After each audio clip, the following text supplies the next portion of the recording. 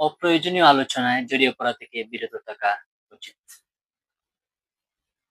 অতীতকে পরিবর্তন করা যায় না। বর্তমানকে উপভোগ করো এবং ভবিষ্যতের জন্য বেঁচে থাকো। সবাইকে উপদেশ দিতে যেও না।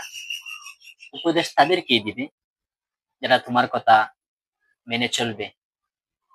এই ৩টি উপদেশ খুব গুরুত্বপূর্ণ। কাদের জন্য? যারা তাদের জীবনকে সত্যিকার অর্থে উপভোগ করতে চায়। এই ৩টি উপদেশ কোথা থেকে এসেছে জানো? এর পেছনে রয়েছে একটি সুন্দর গল্প, যা শুনলে আপনার সত্যি আনন্দিত হবে। গল্পটি হলো মাওলানা জালালউদ্দিন রুমি রাহমাতুল্লাহি আলাইহির। তিনি একবার জঙ্গলের মধ্য দিয়ে হেঁটে যাচ্ছিলেন এবং একটি পাখির দেখা তিনি পেলেন এবং পাখিটিকে তিনি ধরেও ফেললেন। সেটি ছিল একটি তিতির পাখি। তিনি পাখিটিকে ধরে মনে মনে কল্পনা করলেন, পাখিটিকে আগুনে পুড়িয়ে খাবেন নাকি তরকারি রান্না করে খাবেন। পাখিটি তাকে বলে উঠল, তার মনোভাব বুঝতে পেরে বলল, সারা জীবন তুমি গোশত খেয়েছো, এখনো তোমার গোশত খাওয়ার খায়েশ মিটেনি হে রুমি। পাখিটি বলল, হে রুমি, আমাকে যদি তুমি ছেড়ে দাও আমি তোমাকে ৩টি উপদেশ দিব।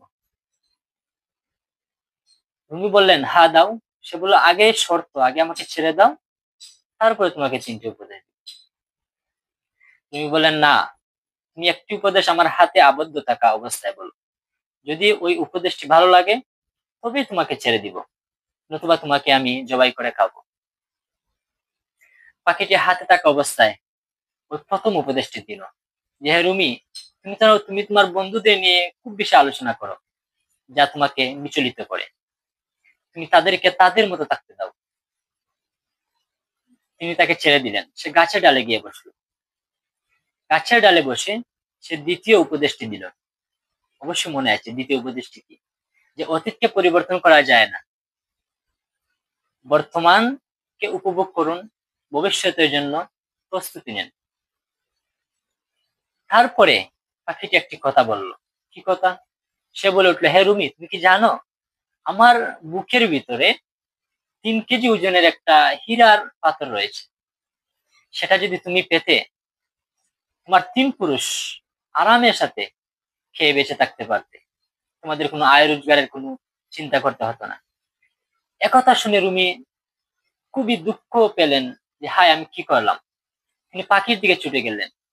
পাখিটিও জুড়ে সুরে বলতে লাগলো, কি ব্যাপার রুমি, তুমি আমার দ্বিতীয় উপদেশটি এত তাড়াতাড়ি ভুলে গেলে। তিনি থেমে গেলেন এবং তাকে আহ্বান করলেন যে তৃতীয় উপদেশটি দেওয়ার জন্য।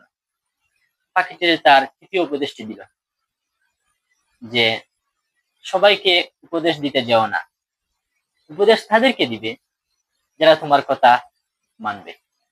সুতরাং সুন্দর জীবনের জন্য, শান্তিময় একটি জীবন উপভোগ করার জন্য এই ৩টি উপদেশ আমাদেরকে সুন্দর জীবন পরিচালনা করতে অবশ্যই সাহায্য করবে। সুতরাং এই ৩টি উপদেশকে মেনে চলুন।